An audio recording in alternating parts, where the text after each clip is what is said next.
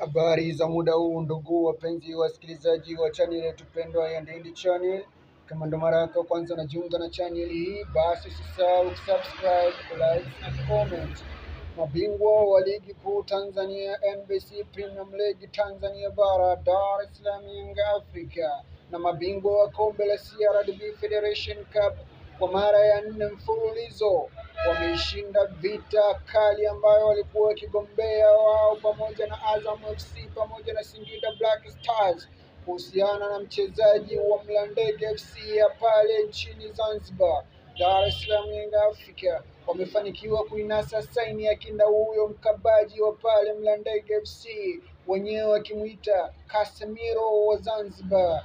Kijana huyo ni mahiri katika eneo la katikati, midfield ya chini au namba 6. Maestro Casemiro kutoka pale Zanzibar Mlandege FC amesaini mkataba wa miaka 3 kuitumikia klabu ya soka ya Dar es Salaam Yanga Africa kuelekea msimu ujao wa 2025-26.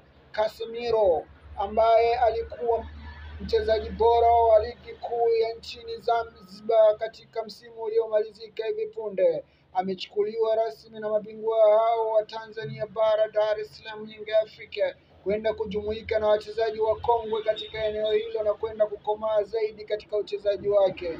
Viongozi wa Dar es Salaam Yanga Africa wana mpango wa kumtoa kwa mkopo kwenda Singida Black Stars ili akajiimarishe zaidi katika nafasi ya uchezaji, ili baadaye arejee akiwa katika kiwango bora cha kuweza kuwatumikia mabingwa hao mara 4 mfululizo wa ligi kuu NBC Tanzania Bara. Dar es Salaam Yanga Africa ni kama wamelamba dume mbadala sahihi wa Daktari Khalid Aucho. Usichoke kunifuatilia katika channel hii kwa habari nyingi zaidi za kuvutia na za kusisimua.